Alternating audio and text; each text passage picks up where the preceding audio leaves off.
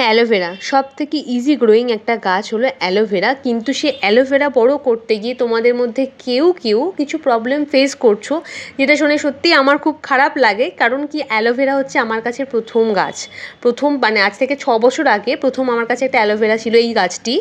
তো এই গাছটিকে কতবার যে আমি কেটে ফেলেছি, তারপরেও দেখো এটি। তো যাই হোক, আর এই একটা গাছ থেকে আমার কাছে আজ অগণিত অ্যালোভেরা, যে অ্যালোভেরাগুলো এখন আমাকে চারা ফেলে দিতে হয়, ফেলতে নিজের খারাপ লাগলেও জায়গা থাকে না। অ্যালোভেরা এত পরিমাণে চারা দেয়, এত পরিমাণে পাপস দেয়। তো তাও তোমরা কেউ প্রবলেম ফেস করছো, আজকের ভিডিওটি স্কিপ না করে দেখো। প্রত্যেকটা প্রবলেমের সলিউশন মানে হতে পারে তোমরা এখান থেকেই পেয়ে যাবে। আচ্ছা, প্রথমেই আর কথা না বাড়িয়ে আমি ডিরেক্ট এই কন্টেনারটা চলে আসছি। দেখো, এই কন্টেনারের যে অ্যালোভেরাটা, এই চারাগুলো আমি জাস্ট বসিয়ে দিয়েছিলাম। আমার কাছে কোনো জায়গা ছিল না, মাটি ছিল না, কিন্তু একটু এঁটেল শক্ত মাটির মতো ছিল। সেই মাটিটা আমি জানতাম খারাপ মাটি, তো সেই মাটির মধ্যে আমি জাস্ট রেখে দিয়েছিলাম যে অ্যালোভেরাটা থাক আপাতত, আমি পরে আবার ভালো মাটিতে বসাবো। তাতেই অ্যালোভেরা গাছগুলো দাঁড়িয়ে গেছে। মানে ভাবো এই কতটা ইজি গ্রোয়িং গাছ। সবসময় এই নয় যে আমাকে কেয়ার করতে হয়েছে, আমি জাস্ট একটা মাটিতে রেখেছিলাম, ও ওখান থেকে দাঁড়িয়ে গেছে। কিন্তু এখন সমস্যাটা দেখো, অ্যালোভেরা গাছটা ভালো বাড়ছিল, আমি এতে জল ওই একটু শুকোলে দিতাম, কারণ মাটিটা এত শক্ত তো বেশি জল আমি দিতাম না। কিন্তু এই যে বৃষ্টিটা হচ্ছে না, তো বৃষ্টিতে এতে জল জমে গেছে। মাটি শক্ত, প্রথমেই বলছি, শক্ত মাটিতে যে প্রবলেমটা হয়, জল জমে গিয়ে ওখান থেকে তোমার পাতাগুলো, তলার পাতাগুলোতে একটু পচন এসেছে। আমি যদি এখন না দেখতাম, এই পচনটা বাড়তো, ঠিক আছে। আর এই তার মধ্যে এই অরেঞ্জ কালারের যে টপটা আমি তোমাদের দেখাচ্ছি, এটা প্রথমেই তোমরা যারা ভিডিও দেখো আমার, তারা একটা ছোট্ট শর্টসে দেখেছিলে যে এর থেকে ছোটো ছোটো পাপসগুলো বেরোচ্ছে, সেগুলো অলরেডি বড় হয়ে যাচ্ছে। তো পাপসগুলো আর কিছুদিন বাদে আমি তুলে দেবো, এখন আছে থাক। আর এর মাটিটা কিন্তু খুব ভালো মাটি, এর মাটিটা মানে বেলে বেলে মাটি আছে, বালির ভাগ বেশি। আর এই যে কন্টেনার, ছোটো কন্টেনারটা, এটা এঁটেল মাটি।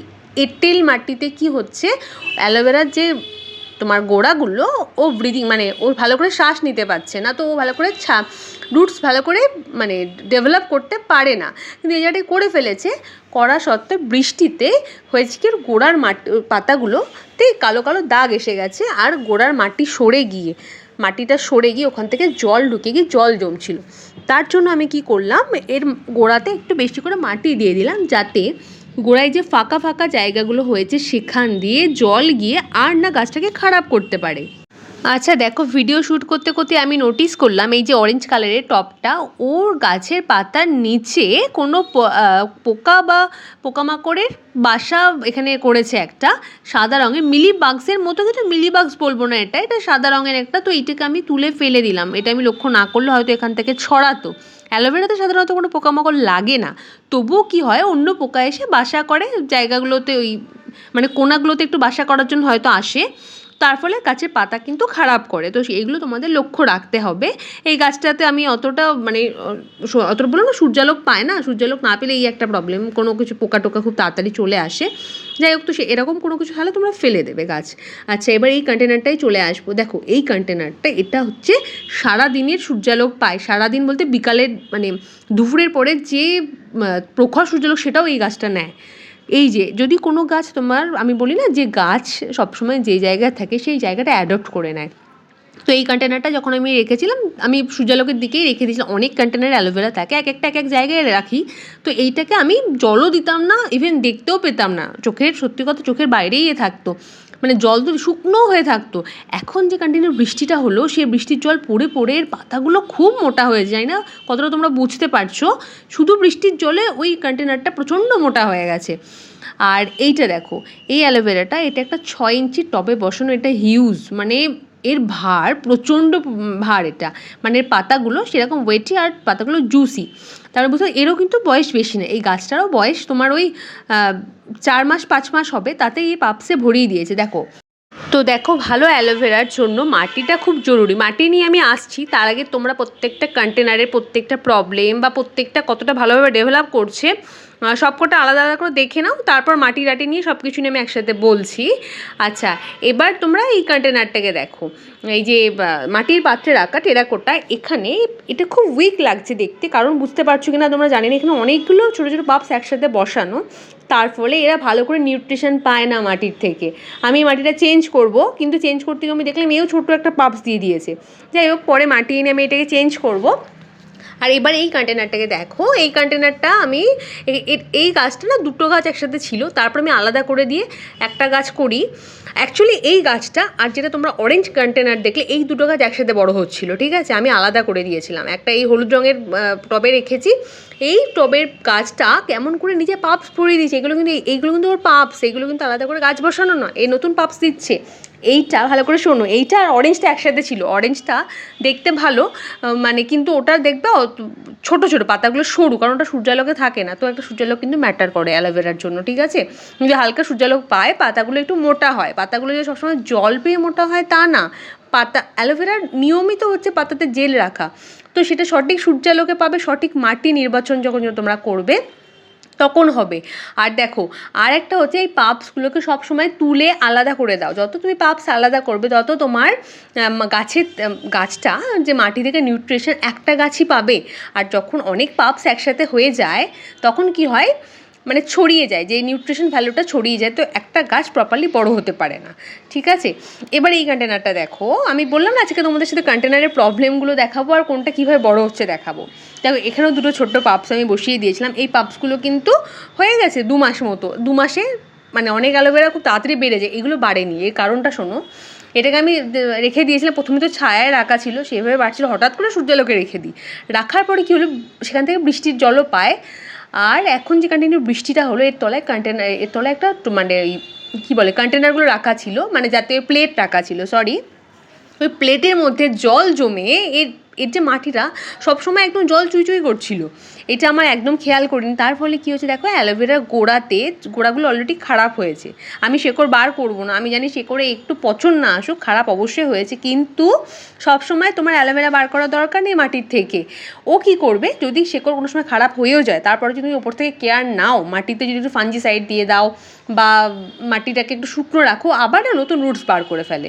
আর আমার সবকটা গাছে যে কটা গাছ প্রবলেম হয়েছে, প্রবলেম হয়ে গেছে, অল্প মাটি ছিল, মাটির পাশ থেকে জল চলে গিয়ে গোড়ায় জল জমে যাচ্ছিলো, ব্যাপারটা বোঝো, তোমরাও দেখবে তোমাদের মধ্যে এরকম কোনো প্রবলেম হচ্ছে কি না। তার দরুন আমি কী করলাম, গাছটা কিন্তু বার করিনি মাটির টব থেকে, মাটি থেকে ওর পাশ দিয়ে আমি একটু মাটি দিয়ে দিলাম, যাতে গোড়াতে জল জমে না গোড়াটাকে ডিরেক্ট জল খারাপ করে, পাশ দিয়ে জলটা যেন বেরিয়ে যায় জল ঢাললে। তো এটা আমি মাটি দিয়ে দিলাম, এটা আশা করি 2 দিন বাদে ঠিক হয়ে যাবে, ঠিক আছে। এবার শোনো, তোমাদের যদি আর আচ্ছা দাঁড়াও, তার আগে এই কন্টেনারটা দেখে নাও। এই কন্টেনারটাও তোমরা হয়তো আমার প্রথম দিকের শর্টসে, সেকেন্ড শর্টস যেটা দেখবে সেটাই দেখে থাকবে, কি সুন্দর ছিল এর কালারটা। তখন ওটাই তোমাদের বলেছিলাম যে ছোটো জায়গাতে কীভাবে অ্যালোভেরা বড় করা যায়, এটা কি সুন্দর দেখতে ছিল। আজকে দেখো এটা দেখতে কতটা খারাপ হয়ে গেছে, কারণ এটাকে আমি যে জায়গায় রাখতাম সেখান থেকে হঠাৎ করে সরিয়ে প্রখর সূর্যালোকে রাখি, তার ফলে নিতে পারেনি। হ্যাঁ 2 দিন মধ্যে ঠিক হয়ে যাবে এটা আবার, কিন্তু নিতে না পারাতে কালো কালো হয়ে গেছে। এবার এই নয় যে সূর্যালোকে অ্যালোভেরা খারাপ হয়, সূর্যালোকে যে অ্যালোভেরাগুলো ছোটো থেকে সূর্যালোকে থাকে তারা সূর্যালোকেতেই ভালো হয়, আর যে অ্যালোভেরাগুলো হঠাৎ করে তুমি সূর্যালোকে দিচ্ছ বা হঠাৎ করে ছায়ায় নিয়ে আসছো, তখন তাদের ক্ষেত্রে একটা মানে ওই মানে আলো বাতাসের একটা পরিবর্তনের ফলে ওরা খারাপ হয়, এদিক ওদিক হতে থাকে, ঠিক আছে। আর এই কন্টেনারটা আবার আমি দেখাচ্ছি, মাটির কথাটা তোমাদের বলার চেষ্টা করছি, মাটি সবসময় ঠিক রাখো, শক্ত মাটি রেখো না। আচ্ছা তাহলে চলে আসলাম যে কথাটা, মাটি। দেখো মাটি তৈরির ক্ষেত্রে তোমরা সবসময় চেষ্টা করো অ্যালোভেরার মাটি ঝুরঝুরে রাখতে। যদি তোমার কাছে বেলে মাটি থাকে, বালির ভাগ বেশি রাখো, তাতে বালির সাথে রাইস হাস্ক মেশাও, না থাকলে কোকোপিট মেশাও, কোকোপিট না থাকলেও কোনো ব্যাপার না। এখন যে টাইমিংটা আসছে, এই তো এখন মানে কি মানে পাতা পড়ার একটা টাইম আসছে, তো সেই সময় তোমরা যে শুকনো পাতা তোমাদের ছাদে বাগানে যেখানেও পড়ে থাকবে, যেখান থেকে পাবে নিয়ে আসবে মুঠো করে, সেটাকে খুব ভালো করে শোকাবে। যদি শুকনো না হলে সেখান থেকে ফাঙ্গাস লেগে যাওয়ার ভয় থেকে সেটা কিন্তু ঝুরঝুরে কাজ করবে না, তাই খুব ভালো করে শুকিয়ে গাছের মাটিতে দিয়ে দাও। তার সাথে তোমরা পারলে একটু দারচিনি গুঁড়ো দাও, ঠিক আছে। দারচিনি গুঁড়ো ফাঞ্জিসাইডের কাজ করে, যাদের ফাঞ্জিসাইড নিয়ে ঝুরঝুরে মাটি তৈরি করো, দেখবে তোমাদের গাছ অবশ্যই বাড়বে। আচ্ছা তোমরা যারা এই লাল রঙের অ্যালোভেরা টপটা দেখলে, তোমরা আমাকে বলো তো কাউন্ট করে এখানে কটা পাপস আছে, তাহলে বুঝবো তোমরা ঠিকঠাকভাবে দেখেছো। কটা পাপস আছে কাউন্ট করে অবশ্যই বলো, আর নিচে কমেন্টে লিখে জানাও।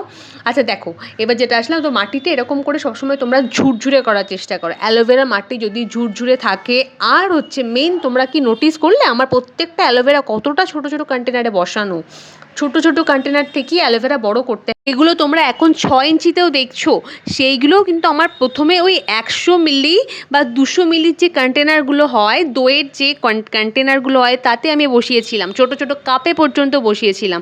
সেখান থেকে রুটস ডেভেলপ করার পরে কিন্তু আমি এখনও 6 ইঞ্চি, মানে বুঝতে পারছো কতটা ছোট পাত্রে রাখা, তারপর বড়তে দাও। তো অ্যালোভেরা প্রথমেই কি হলো, মাটি ঠিক রাখো, তোমরা জল কম দাও, ছোট কন্টেনারে বসাও, তোমাদের অ্যালোভেরা খারাপ হবে না, কিছুতেই হবে না। এরকমভাবে তোমরা অ্যালোভেরা রাখো, আশা করি কোনো প্রবলেম ফেস করবে না। এরপরেও যদি কেউ কোনো প্রবলেম ফেস করো অবশ্যই কমেন্ট বক্সে আমাকে জানিও। আর ভিডিওটি কেমন লাগলো অবশ্যই জানাও, একটা লাইক দিয়ে জানাও। যারা নতুন চ্যানেলটিকে সাবস্ক্রাইব করে সাথে থাকো, তোমাদের এরকম অনেক প্রবলেমের ভিডিও নিয়ে সামনে আমি আরও ভিডিও আনছি। লাস্ট একটা পয়েন্ট তোমার জন্য অনামিকা স্পেশালি, তুমি যে বলছো তোমার গাছগুলো শুকিয়ে যাচ্ছে না, দেখো কোনো কারণে তোমার গাছ মাটি থেকে জল অ্যাবজর্ব করতে পারছে না। ঠিক আমাদের শরীরে যেমন খাবারের প্রয়োজন আমরা সবাই জানি, আর গাছের জন্য কি প্রয়োজন সেটা হচ্ছে জল, ও মাটি থেকে পর্যাপ্ত জলটা নেয়, মাটি থেকে মেনলি কিন্তু গাছ জল নেয়, আর তার সাথে আমরা যে সার টার দিই সেগুলো, কিন্তু এখানে সারের প্রবলেম না, তোমার গাছে জল অ্যাবজর্ব করতে পারছে না। সেটা হতে পারে এক তোমার মাটি বেশি আছে, যেটা আমি দেখলাম, অত মাটিতে জল কি হয়, গাছের গোড়া হয় পচছে, কোথাও স্ট্রাগল করছে গাছটা, ঠিক আছে, আর না হয় ও যে মাটিটা শক্ত হয়ে যাচ্ছে, কোনো একটা কারণেই গাছের যে শেকড় ভালো করে জল নিতে পারছে না, তার ফলে গাছটাকে স্ট্রাগল করতে হচ্ছে।